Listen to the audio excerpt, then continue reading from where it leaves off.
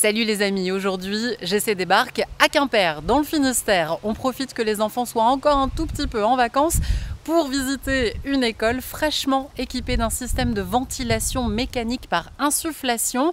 On doit retrouver Antoine et Nicolas, bureau d'études installateurs, pour nous parler de ce chantier, pourquoi ils ont choisi cet équipement et comment s'est passée l'installation. À mon avis, on va parler radon. Allez, on file! Il faut que tu respires. Et ça c'est rien de le dire. Bon je viens de retrouver Antoine et Nicolas qui viennent de m'accueillir dans cette très chouette école où apparemment ça ventile bien. Bonjour à tous les deux. Bonjour. Il y a donc un système de ventilation mécanique par insufflation qui est fabriqué par VMI. Pourquoi tu as choisi de mettre ça dans cette école, Antoine? Ce qui est très bien, c'est que la VMI type Pro 1000 comme celle-ci répond parfaitement à n'importe quelle norme incendie via les ERP. Et surtout le fait que ce soit de l'insufflation, ça tombe très bien par rapport à la problématique radon parce qu'on la traite principalement avec ça. Oui, parce que là, on le rappelle, on est à Quimper. Quimper, ils sont dans une zone assez polluée au niveau radon et ça semblait être la priorité de la mairie. C'est ça, tout à fait. On vient de les voir, ils étaient avec nous il y a 2 minutes. Voilà. Eux, ils étaient concernés par... Voilà, donc la mairie de Quimper, effectivement, est très concernée par la problématique qualité d'air en général, tout particulièrement avec le radon, parce qu'il faut savoir que pour faire rapide, ici on est en zone 3, du coup ils ont l'obligation de faire un dépistage radon. Une fois qu'ils connaissent l'anomalie en termes de radon, donc on a une norme à ne pas dépasser. La norme c'est 300 becquerels par mètre cube, donc ça se dépasse assez vite dans notre région. Une fois qu'ils connaissent le taux, ils ont 36 mois pour régler la problématique. Quel est le débit? Quelles sont les particularités d'un dimensionnement comme celui-ci? Alors ça c'est un caisson déjà qui va à peu près jusqu'à 800 mètres cubes heure, on va dire que ça va être son régime nominal. Du coup nous on essaie toujours d'être un petit peu inférieur pour ne pas prévoir une grosse consommation électrique et pour ne pas prévoir des nuisances sonores parce que forcément plus le caisson tourne vite, plus il va faire des nuisances sonores. Donc ici au terme de réglementation de débit pour du neuf, on va être à 18 mètres cubes heure par personne et là on envoie à peu près 400-450 mètres cubes heure, un petit peu moins suivant les taux, par classe. C'est suffisant? C'est suffisant. Sur la théorie, en tout cas, c'est suffisant pour traiter le radon. Donc ici, il faut savoir qu'ils avaient des taux qui ne sont pas non plus affolants. Ils avaient des taux compris entre 600 et 800. Donc c'est des taux qui sont effectivement supérieurs aux 300 de la norme, mais qui sont tout à fait gérables de façon efficace avec un tel caisson. Est-ce que là, tu es capable de prouver l'efficacité ici dans cette école de la VMI? L'installation de l'école a été effectuée en février, pendant les vacances de février. À la suite de l'installation, on a mis des dosimètres actifs, donc à affichage instantané, sur 10 jours. Donc on a pu voir qu'on était à 20 becquerels par mètre cube, alors qu'avant on était entre 600 et 800. Attention, nous on n'est pas agréé, donc c'est juste pour le dimensionnement, pour prouver au client direct. Mais ensuite, c'est ça, le rassurer les personnes qui travaillent ici, rassurer les parents d'élèves, des choses comme ça. Mais il faut savoir qu'on va passer en mesure officielle à partir d'octobre. Donc on va placer des dosimètres passifs sur 2 mois, en période hivernale. Et là, on va bien prouver que c'est inférieur à 300. Bon, très bien, donc ça tu m'enverras ça et puis on vérifiera ça ensemble. Il faut savoir que nous, Néosphère, du coup, il y a très peu d'entreprises en France qui traitent le radon, de façon correcte en tout cas.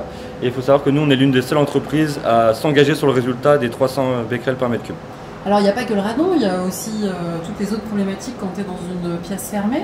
Tout à fait. Qu'est-ce que ça fait, cette jolie machine dans la classe? Alors cette jolie machine, en plus de traiter le radon, elle va traiter tout ce qui est CO2 parce que les enfants à bas âge bougent beaucoup, respirent beaucoup, donc dégagent forcément beaucoup de CO2. Un taux de CO2 important peut avoir des nuisances sur l'enfant, donc directement l'hémotète, ça peut même aller jusqu'à des saignements de nez dans les cas extrêmes, manque de concentration, des choses comme ça. Donc en plus d'assurer le radon, elle va assurer un taux de renouvellement très efficace, donc ce qui va permettre de chasser le CO2. En plus de traiter le radon, le CO2, on va traiter tout ce qui est humidité. Donc l'humidité, ça va être bien pour tout ce qui est allergie et ça va être également bien pour l'entretien du bâti. Oui, c'est ça. Tu préserves l'école pour encore quelques années. Oui, tout à fait. Je me tourne maintenant vers toi, Nicolas, qui était l'homme qui a tout mis en place.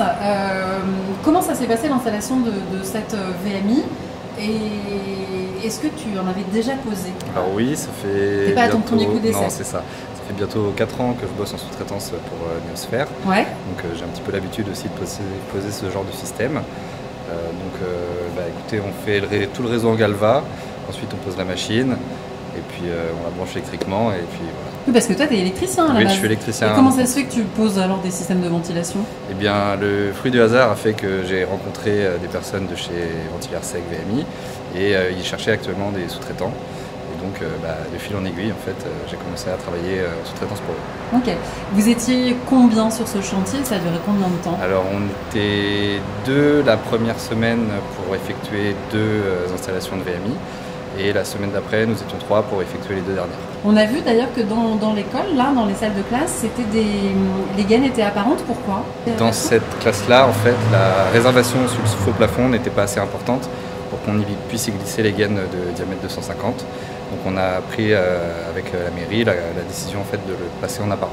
Et là-bas, par contre, dans la galerie, ils sont cachés. En fait, le faux plafond était, la réservation dans le faux plafond était assez grande pour pouvoir incorporer les gaines directement dans le faux plafond. On voit là le caisson derrière toi, il est à l'extérieur. Est-ce que c'est pas dangereux pour la pérennité du caisson de le laisser dehors? Parce que Quimper, c'est sympa, mais il pleut, faut le dire, non? Alors là, on est sous un préau, donc ouais. Déjà la problématique de la pluie est écartée. Oui, mais l'autre derrière, il n'est pas sous le préau. Non, en effet, mais les caissons sont étanches à l'eau. D'accord, caissons étanches à l'eau. Oui, oui. Okay. Qui peuvent être posés en extérieur. Ok, d'accord. Pas de souci de rouille, pas de. Non, ça, non, ça en va pas fait, se il est en galvanisé complet, donc il est inoxydable en fait. Ok. Et est-ce qu'au contraire, ça a un intérêt peut-être pour la maintenance qu'il soit là? Ça a un intérêt vraiment assez important, je trouve. Déjà, c'est plus facile de le caler parce qu'il a quand même une surface assez importante. Ouais. Donc déjà qu'on ne peut pas caler un réseau en faux plafond actuellement, donc mettre un caisson d'un tel volume, ce serait impossible. Ensuite, ça va éviter tout ce qui est nuisance sonore, du coup les vibrations que pourra engendrer le caisson, on va beaucoup mal entendre. Et puis ce qui va être très très bien, ça va vraiment pour la maintenance. Par exemple, il faut imaginer qu'une école, admettons, on a une dizaine, il va pas pouvoir rentrer dans chaque classe pour venir changer le filtre. Donc là, il pose son échelle, il enlève les 4 vis et il a accès au filtre directement. Donc c'est quand même très rapide également pour eux. Bon, merci beaucoup les garçons. On va se faire bolée de cidre ou une galette saucisse, non, c'est ça? Allez. Allez, go. Nous on y va, à plus. À plus, salut.